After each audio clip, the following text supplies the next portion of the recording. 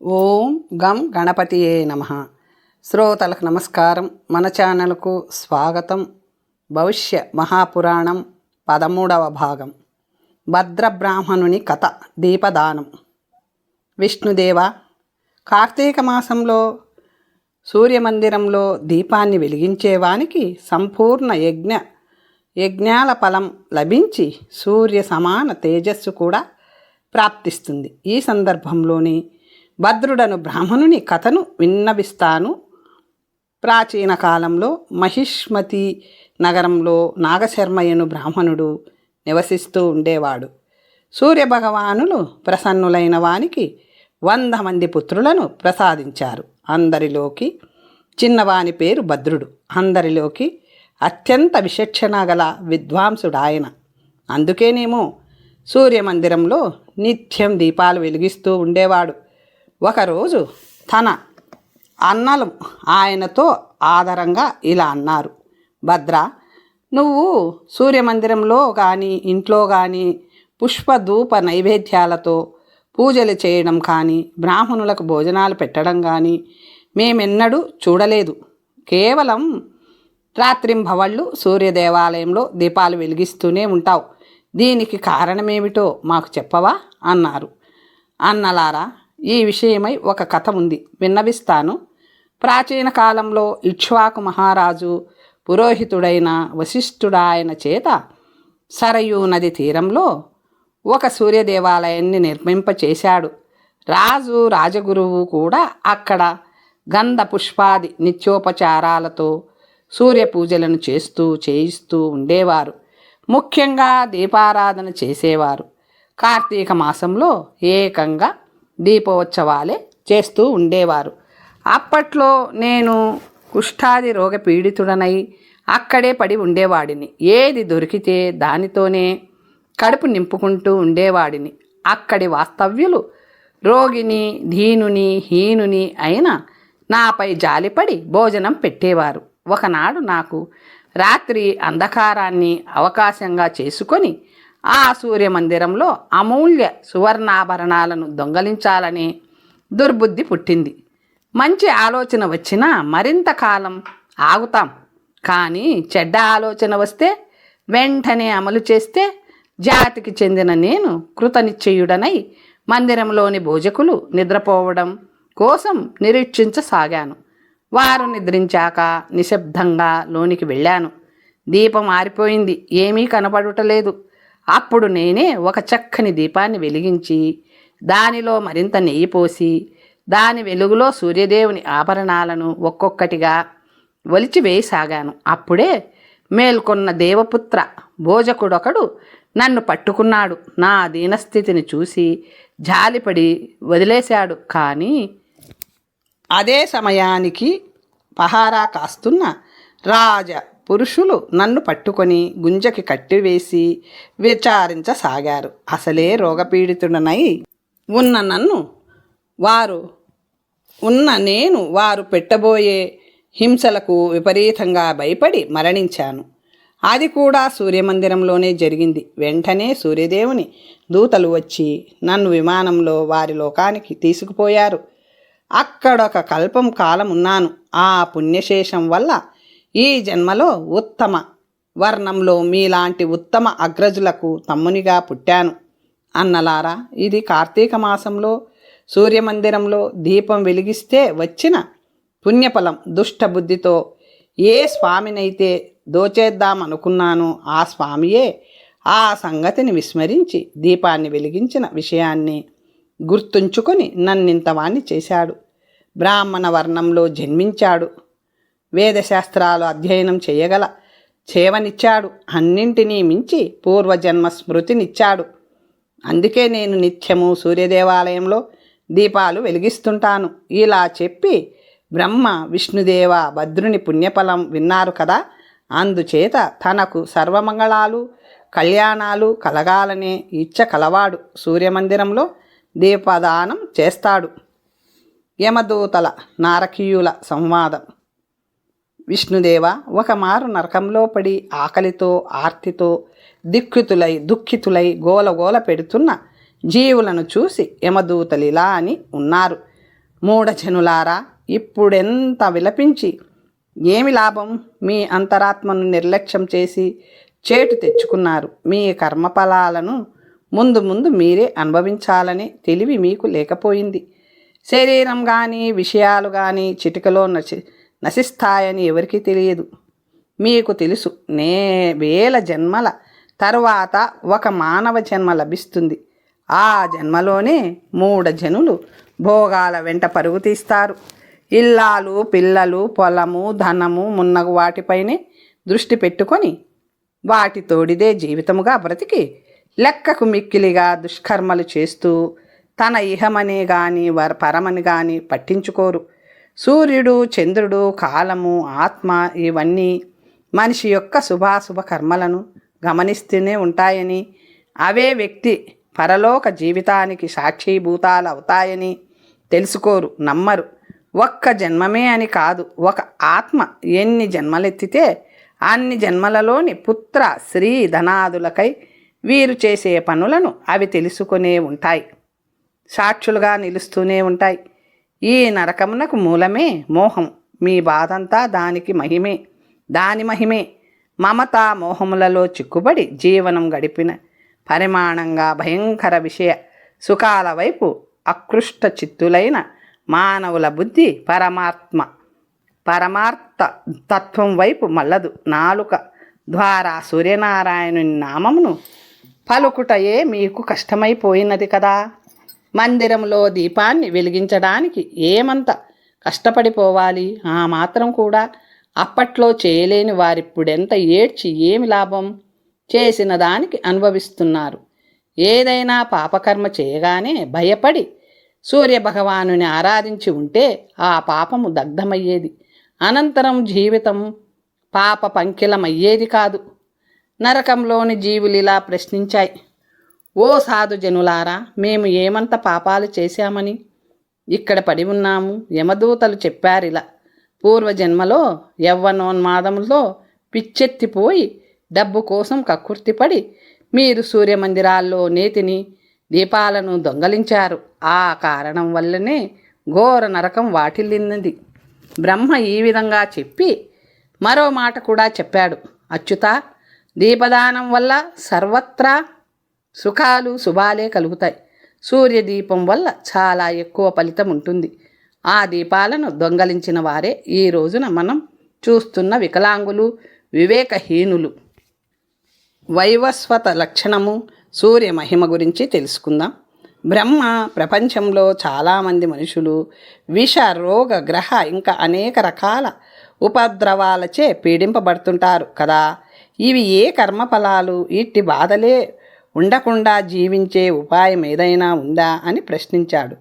కమల సంభవుని కమల సనాభుడు జగద్రక్షక, ఎవరైతే పూర్వజన్మలో వ్రత ఉపవాసాదులతో సూర్యభగవానుని ప్రసన్నుని చేసుకోలేదో వారే మనం చూస్తున్న విష, రోగ, గ్రహాది పీడితులు. సూర్యదేవుని పూజించిన వారికి ఉపద్రవాలే రావు.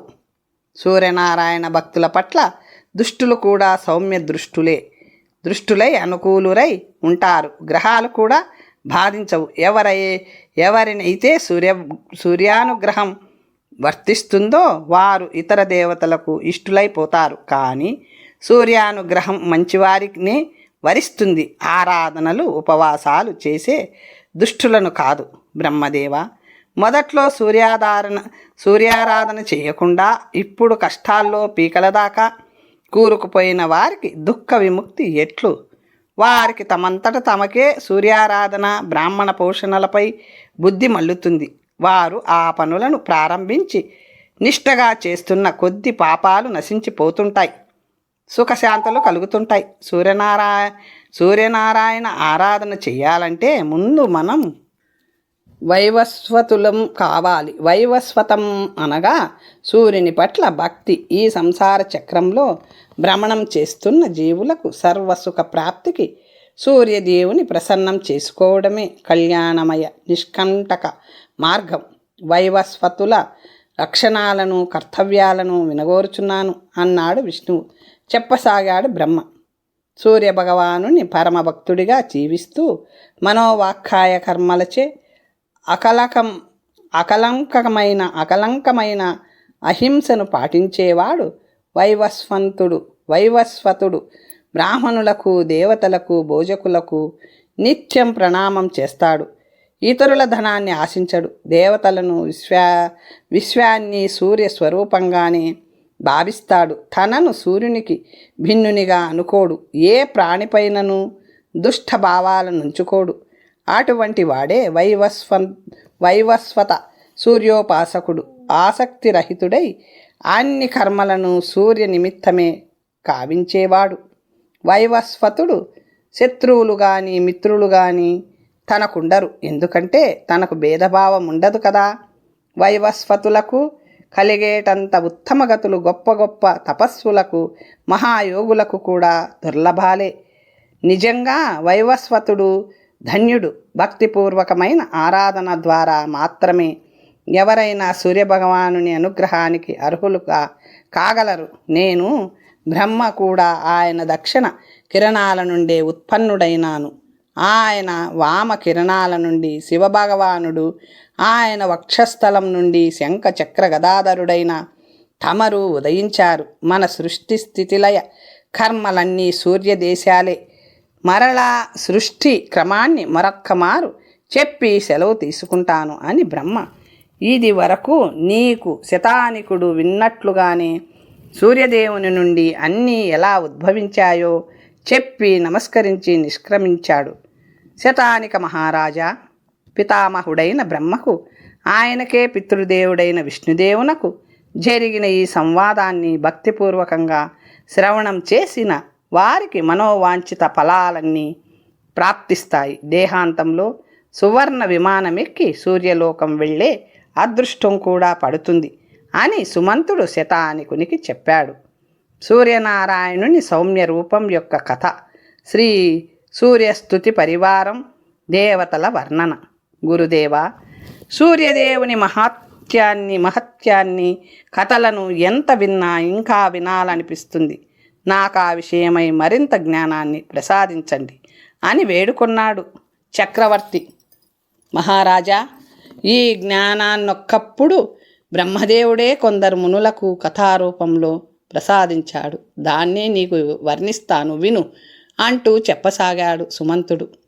రాజా, ఒకప్పుడు ఆకాశంలో దేదీప్యమానంగా వెలిగిపోతున్న సూర్యుని వెలుగులోని వేడిని కూడా అనుభవించి అలసిపోయిన ఋషీశ్వరులు సంతప్తులై బ్రహ్మను ప్రార్థించి ఆయన సాక్షాత్కరించగానే చేతులు భక్తిపూర్వకంగా జోడించి ఇలా అడిగారు.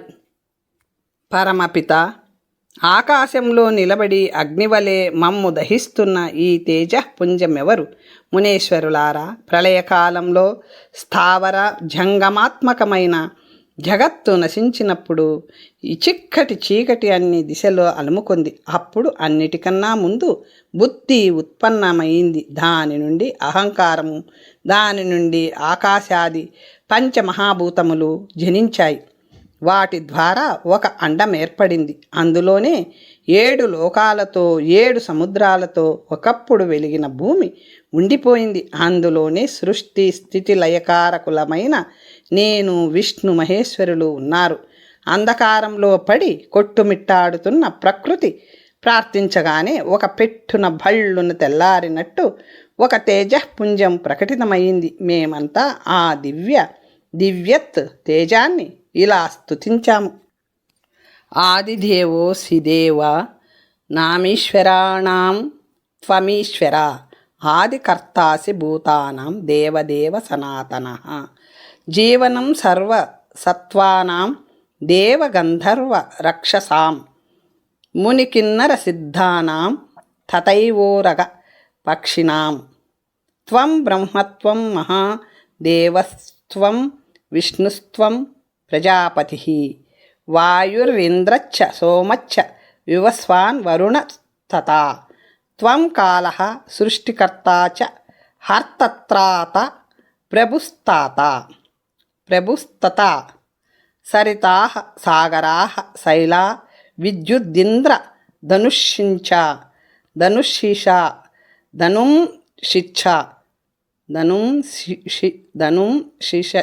శిష నమో నమః కారణకారణాయ నమో నమః పాప వినాశానాయ నమో నమో వందిత వందనాయ నమో నమో రోగ వినాశనాయ నమో నమః సర్వ వరప్రదాయ నమో నమః సర్వ బలప్రదాయ నమో నమోజ్ఞానానిధే సదైవ నమో నమః పంచదశాత్మకాయ. మా స్తుతికి ప్రసన్నులై ఆ తేజస్వి ఆ సకల కళ్యాణకారకుడైన స్వామి ఇలా అడిగారు, దేవతలారా మీకేమి కావాలి? ప్రభో, మీ యొక్క ప్రచండమైన ఈ రూపమును చూచుటకు మాలో ఏ ఒక్కరికి శక్తి లేకున్నది కాబట్టి దుర్నిరీక్షమైన ఈ రూపాన్ని ఉపసంహరించి సర్వనేత్ర రమ్యమై వెలుగొందు సౌమ్య రూపాన్ని ధరించండి అని మేము వేడుకున్నాం. ఆయన వెంటనే ఏవమస్తు అంటూ అందరి కనులకు హృదయాలకు సుఖాన్నిచ్చే ఉత్తమ రూపులైనారు. ఏవమస్తు అంటే అట్లే అగును కాక అని భావం. ఇంతవరకు బ్రహ్మ వాక్యాలను చెప్పి ఆపిన సుమంతుముని ఇలా వివరించాడు. మహారాజా, సాఖ్య యోగాన్ని ఆశ్రయించిన యోగులు మోక్షాభిలాషగల తపస్సులు సూర్యధ్యానాన్ని చేస్తుంటారు. సూర్యనారాయణుని ధ్యానించడం వల్ల ఎంత పెద్ద పాపాలైనా నశిస్తాయి. అగ్నిహోత్రాలు వేద పాఠాలు ప్రచుర దక్షిణలతో కూడి ఉన్న యజ్ఞాలు కూడా సూర్యధ్యాన పుణ్యంలో 16వ వంతు పుణ్యాన్నైనా సంపాదించి పెట్టలేవు. సూర్యతేజంలో పడి ప్రపంచమంతా మాడిపోతుందని, చివరకు బ్రహ్మదేవుని కమలం కూడా వాడిపోతుందని గమనించిన మహర్షులు బ్రహ్మదేవుని వద్దకు వెళ్ళి తరుణోపాయమును సూచింపుమని అడిగారు. బ్రహ్మ సూచనపై మొత్తం మహర్షులంతా దేవతలకు త్రిమూర్తులను ముందిడుకొని సూర్యదేవుని సమూహానికి పోయి స్తుతించారు. ఆయన సుప్రసన్నుడై వరం కోరుకోమనగానే ఇలా అడిగారు. ప్రచండమైన మీ తేజస్సును చూడలేక తట్టుకోలేక సౌమ్య దర్శనాన్ని ప్రార్థించాము. మీరు దయచేశారు కూడా. కానీ మాకు ఇంకా ప్రసన్నమైన రూపం కావాలి. ఈ తేజస్సును ఎంతవరకు తగ్గిస్తే సామాన్య మానవులు కూడా మిమ్మల్ని తట్టుకోగలరో విశ్వకర్మకు తెలుసు. కాబట్టి మీరు దయతో ఆయనకు ఆ మేరకు ఆజ్ఞనివ్వవలసిందని కోరుతున్నాం. సూర్యదేవుడు ఈ ప్రార్థనను స్వీకరించగా విశ్వకర్మ కొంతమేరకు ఆ తేజస్సును తగ్గించగా ఆ తగ్గిన తేజస్సు నుండి విష్ణుదేవుని చక్రము, ఇతర దేవతల శూల, శక్తి, గద, బాణ, ధనురాది ఆయుధములు, దుర్గాది దేవతల పవిత్ర మహిమోపేత ఆభరణములు సూర్యదేవుని అనుగ్రహం వల్ల విశ్వకర్మచే తయారు చేయబడ్డాయి. సూర్యదేవుని బాగా దగ్గరగా చూసుకునే భాగ్యంతో పాటు ఆయన తేజస్సుతో తయారైన ఆయుధాలు కూడా లభించడంతో దేవతలంతా ఆనంద తరంగులై ఆయనను మరలా స్తుతించారు.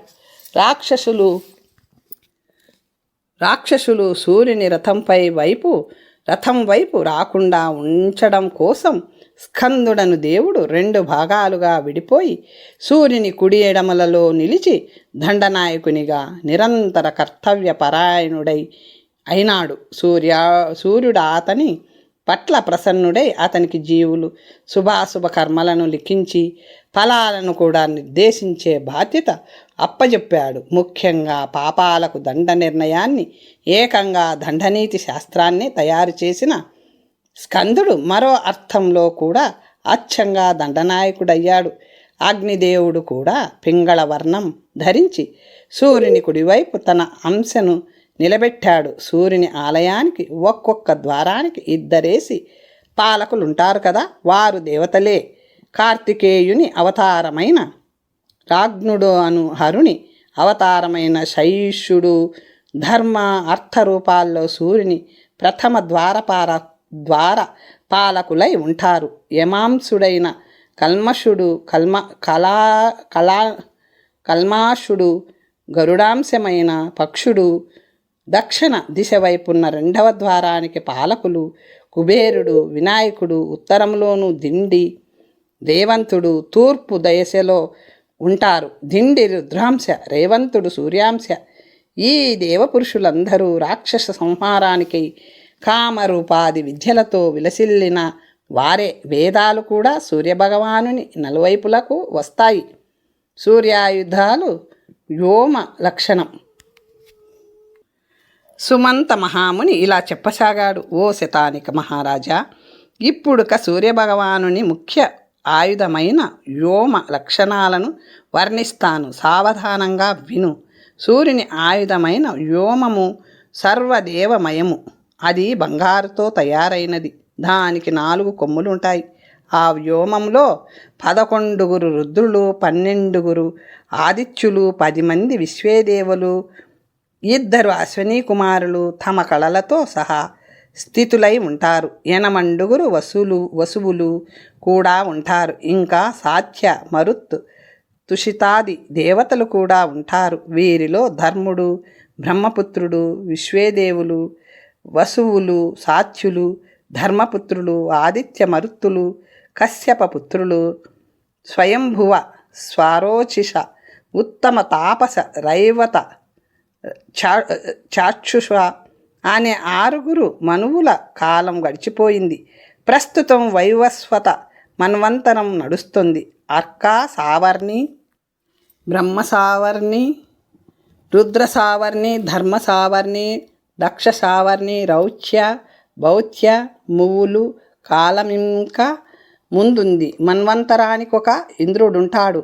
విష్ణుబుక్, విద్యుత్, విభు, ప్రభు, శిఖి, మనోజవ అనే 6 ఇంద్రుల కాలం కరిగిపోయింది. ఓజస్వీంద్రుని కాలం గడుస్తుంది. ఇంకా బలి, అద్భుతి, త్రిదివ, సుసాత్విక, కీర్తి, శతధామ, దివస్పతి అను ఇంద్రుల పరిపాలనా కాలం ఇంకా రావలసి ఉంది. కశ్యప, అత్రి, వశిష్ఠ, భరద్వాజ, గౌతమ, విశ్వామిత్ర, జమదగ్ని నామధేయులు 7 ఋషులు. ప్రవాహ, అవహ, ఉద్వాహ, సంవహ, వివహ, నివహ, పరివహ ఈ 7 మరుత్తులు. ఒక్కొక్కరికి 6 సహచరులు కాగా మొత్తం 49 మంది మరుద్గణ సభ్యులు ఒకే సమయంలో ఆకాశంలో సంచరిస్తుంటారు. అగ్నులు 3. సూర్యాగ్ని పేరు శుచి, వైద్యుతాగ్ని పేరు పావక, అరుణి మంథనంలో ఉత్పన్నమైన అగ్ని పవమాన. ఈ 3 అగ్నులు కొడుకులతో మనుమలతో కలిపి 49 మంది బ్రహ్మపుత్రులైన సంవత్సరాదులు 5. వారు సంవత్సర, పరివత్సర, ఇద్వత్సర, అనవత్సర వత్సరులు. సౌమ్య, వర్షిషద అగ్నిష్వత్తులను వారు పితరులు. జగత్తు యొక్క భావ అభావాలను సూచించే నవగ్రహాలు సూర్య, చంద్ర, భౌమ, బుధ, గురు, శుక్ర, శని, రాహు, కేతువులు. వీరిలో మొదటి 2 మండల గ్రహాలు, చివరి 2 ఛాయాగ్రహాలు. నక్షత్రాధిపతి చంద్రుడైతే గ్రహరాజు సూర్యుడు. సూర్యుడు కశ్యపుని పుత్రుడు. సోముడు ధర్మునికి, బుధుడు సోమునికి, గురు శుక్రులు భృగు ప్రజాపతికి, శని సూర్యునికి, రాహువు సింహికకి, కేతువు బ్రహ్మకి పుత్రులు. పృథ్వీనే భూలోకమంటారు. దీనికి స్వామి అగ్ని, భువర్లోకం వాయువు అధీనం. స్వర్లోకాధిపతి సూర్యుడు. మరుద్గణాలు భువర్లోకంలో ఉంటారు. రుద్రుడు, అశ్వనీ కుమారులు, ఆదిత్యుడు, వసుగణాలు, దేవగణాలు స్వర్లోక నివాసులు. 4వదైన మహర్లోకంలో ప్రజాపతులు, కల్పవాసులు ఉంటారు. జనలోకంలో భూమిని దానమిచ్చిన పుణ్యాత్ములు, తపోలోకంలో రుభు, సనత్కుమారుడు, వైరాజాది ఋషులు ఉంటారు. 7వదైన సత్యలోకంలో జనన మరణాల నుండి ముక్తిని పొందిన మహాపురుషులు ఉంటారు. ఇతిహాస పురాణ వక్తలు, శ్రోతలు ఆ లోకాన్ని చేరుకుంటారు. దీనిని బ్రహ్మలోకమని కూడా వ్యవహరిస్తారు. ఈ లోకంలో ఎటువంటి విఘ్నాలు, బాధలు ఉండవు. వ్యోమ పూజ చేస్తే అక్కడున్న అంటే పైలోకాల్లో ఉన్న వారంతా సంతోషిస్తారు. ఆకాశ, దిక్, వ్యోమ, అంతరిక్ష సభ అంబర పుష్కర గగన మేరు విపుల బిల అపోచిద్ర శూన్య తమస రోదసి ఇవన్నీ వ్యోమానికున్న నామాలే. లవణ క్షీర దధి ఘృత మధు ఇచ్చు సుస్వాద జల అనే 7 సప్త సముద్రాలు, హిమాలయం, హేమకూటం, నిషదం, నీలం, శ్వేతం, శృంగవాన్ అనే 6 వర్షపర్వతాలు. వీటి మధ్యలోనే మహారాజిత నామక పర్వతం ఉంది. మహేంద్రి, ఆగ్నేయ, యామ్య, నైరుతి, వారుణి, వాయవి, సౌమ్య, ఈశాని అనే దేవనగరులు పైనున్నాయి. భూమి దిగువన ఉన్న సప్తలోకాలు ఇవి. తల, సుతల, పాతాళ, తలాతల, అతల, వితల, రసాతలాలు. కాంచన మేరు పర్వతం భూమండలం మధ్యలో వ్యాపించి ఉన్న అద్భుత మహానగరం. 4 రమణీయ శృంగాలతో సిద్ధగంధర్వ సుసేవితమై అలరారు. దీని ఎత్తు 4000 యోజనాలు. ప్రథమ శృంగం పేరు సౌమనస్సు, అది సువర్ణమయం, జ్యోతిష్కనామకమైన. 2వ శృంగం పద్మరాగమణిమయం. 3వ శృంగం చిత్రనామకం, సర్వధాతుమయం. 4వదైన చంద్రౌజ స్కశృంగం వెండిమయం. సౌమనస శృంగానికే గాంగేయమను పేరుంది. అక్కడే సూర్యుడు ఉదయిస్తాడు కాబట్టి దానికి ఉదయాచలమనే పేరు కూడా వచ్చింది. ఇదే పర్వతానికి చెందిన జ్యోతిష్క శృంగం వెనుక దక్షిణాయనంలోనూ ఇతర 2 శృంగాలపై మేష తులా సంక్రమణ వేళల్లోనూ సూర్యుడు ఉదయిస్తాడు. ఈ పర్వతము యొక్క ఈశాన్య కోణంలో ఈశ్వరుడు, ఆగ్నేయ కోణంలో ఇంద్రుడు, నైరుతిలో ఆద్రి, వాయువ్యంలో మరుత్తు మరియు మధ్యలో సాక్షాత్ బ్రహ్మ, నక్షత్రాలు, గ్రహాలు ఉంటాయి. పూర్వాగ్నేయ శృంగంపై శాండిల్య మహర్షి, నైరుతి వైపు మహాబలశాలి విరూపాక్షుడు, వరుణుడు, మహా తేజస్వి మహాబలి, వీరమిత్రుడు నివసిస్తారు. దీనినే మేరు వ్యోమ ధర్మ పర్వతమని పిలుస్తారు. ఈ వ్యోమ స్వరూప మేరువు వేదమయ నామంతోనూ ప్రసిద్ధి చెందింది. 4 శృంగాలు 4 వేదాల యొక్క స్వరూపాలు. సాంబకృత సూర్యారాధన, సూర్యస్థవ రాజకథనం. మునీంద్ర, సాంబుడు ఏ విధంగా సూర్యారాధన గావించాడు, ఆ భయంకర రోగాన్నుండి అతనికి ఎలా విముక్తి లభించింది అని ప్రశ్నించాడు రాజు. చెప్పసాగాడు సుమంతు. మునీంద్రుడు, ఈ కథపై శ్రీకృష్ణానుగ్రహం కూడా ఉంది మహారాజా. నేను దీన్ని విస్తారంగా వర్ణించి చెప్తాను. ఎందుకంటే దీనిని వింటే సర్వ పాపాలు దూరమవుతాయి. నారదుని ద్వారా సూర్యభగవానుని మహత్యమును విన్న సాంబుడు తన తండ్రి అయిన శ్రీకృష్ణదేవుని వద్దకు వెళ్ళి వినయపూర్వకంగా ఇలా ప్రార్థించాడు. భగవాన్, మీకు తెలియనిది లేదు. నేను దుర్వాస శాపం వశాన అత్యంత దారుణ రోగగ్రస్తుడనయ్యాను. వైద్యులేమీ చేయలేకపోతున్నారు. ఔషధాలేవి నా రోగాన్ని శాంతపరచలేకపోతున్నాయి. తండ్రిగా మీరు నాకు ఆజ్ఞనిచ్చి ఆశీర్వదిస్తే నేను వనాలలోకి పోయి తపస్సు ఆరాధన ద్వారా రోగ విముక్తుడనై వస్తాను అనెను. అప్పుడు శ్రీకృష్ణుడు అతనిని ఆశీర్వదించి పంపించగా సాంబుడు సింధూత్తర భాగంలో చంద్రభాగ నది తటాంలో నేడు జగత్ ప్రసిద్ధమైన మిత్రవనమును పేరుగల సూర్యక్షేత్రానికి పోయి తపస్సు చేయసాగాడు. ఉపవాసంతో సూర్యారాధన తత్పరుడై ఎంత తీవ్రంగా తపస్సు చేశాడంటే ఒక దశలో అతని శరీరంలో ఎముకలు మాత్రమే మిగిలాయి. అతడు ప్రతిదినము ఈ గుహ్యస్తోత్రం ద్వారా దివ్య అవ్యయ ప్రకాశమాన ఆదిత్య మండల స్థితుడైన భాస్కర భగవానుని ఇలా స్తుతించాడు. సూర్యభగవానుడు ప్రత్యక్షమై, ఏ జాంబవతీ పుత్ర, నేను నీ తీవ్ర తపస్సుకి స్తుతికి ప్రసన్నుడైనాను. నీకేం కావాలో కోరుకో అన్నాడు. నీ చరణాలపై నా భక్తి దృఢమై శాశ్వతంగా వెలుగొందాలి, ఇదే నా కోరిక అన్నాడు సాంబుడు. అట్లే అగునుగాక, నన్ను సంతుష్టపరిచావు, మరో వరం కోరుకో అన్నాడు. నా రోగాన్ని పోగొట్టి నా శరీరాన్ని శుద్ధము నిర్మలము చెయ్యండి మహాప్రభో. అట్లే ఆగునుగాక. సూర్యభగవానుడిలా అంటుండగానే ఆ సాంబుని రోగం అంతర్ధానమై మంచి కాంతి, పుష్టి, రూప సంపన్నంగా అతని శరీరం తయారైంది. శాంబుడు సూర్యుని పాదాలపై పడి అలాగే ఉండిపోయాడు. అప్పుడు సూర్యుడే మళ్ళా ఇలా అనుగ్రహించాడు. శాంబా, బాగా ప్రసన్నుడనైన నేను నీకు ఇంకా వరాలను అనుగ్రహిస్తున్నాను. నేటి నుండి నా ఈ స్థానము నీ పేరిట ప్రసిద్ధి పొందగలదు. లోకంలో నీ సత్కీర్తి అక్షయంగా నిలుస్తుంది. ఈ చంద్రభాగా నదీ తీరాన నన్ను స్థాపించు అని చెప్పి సూర్యభగవానుడు అంతర్ధానం చెందాడు.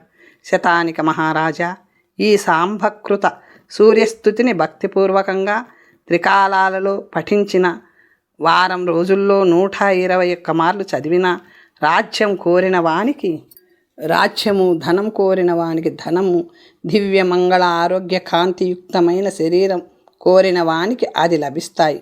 నిజానికి సాంబుడు సూర్య సహస్రనామ జపం కూడా చేశాడు. సూర్యుడు అతనికి కలలో కనపడి, వచ్చా, సహస్రనామాలతో నన్ను స్తుతించడం అందరికీ సాధ్యం కాదు. నీకు నేను నా అతిశయ గోపనీయ పవిత్రములైన 21 నామ సంగ్రహమును ఉపదేశిస్తాను, గ్రహించు. సాంబ, ఈ నామాలంటే నాకు చాలా ఇష్టం. ఇది స్థవరాజం అనే పేరుతో ప్రసిద్ధి పొందుతుంది. ఇది శరీరాన్ని రోగముక్తం గావిస్తుంది, ధనవృద్ధికరం మరియు యశస్కరం. ఈ స్థవరాజ్యాన్ని రోజు ప్రణతులై నా ఉదయాస్తమయ సమయాల్లో పఠించేవారికి సర్వ పాపాలు నశిస్తాయి. మానసిక, శారీరక, వాచక దుష్కృత్య ఫలాలన్నీ వినష్టమైపోతాయి. ఇదే నాకు జపము, హవనము, సంధ్యోపాసనము, బలి మంత్రము, అర్ఘ్య మంత్రం, ధూప మంత్రాదులు ఇదే. సూర్యదేవులిలా ఉపదేశించిన వెంటనే మేల్కొని ఆయన అనుగ్రహం వల్ల నామ జపం స్ఫురణకు రాగా చదివి శాంబుడు చరితార్థుడైనాడు. వైకర్థనో వివస్వాంచ మార్తాండో భాస్కరో రవి లోకప్రకాశక శ్రీమాన్ లోక చక్షుర్గహేశ్వర లోకసాక్షి త్రిలోకేశ కర్తా హర్తా తమిశ్ర తపనస్థాపనచ్చైవ శుచి సప్తాశ్వవాహన గభిస్తి హస్తో బ్రహ్మచ్చ సర్వదేవ నమస్కృత. తర్వాత కథ వచ్చే భాగంలో తెలుసుకుందాం. నమస్తే.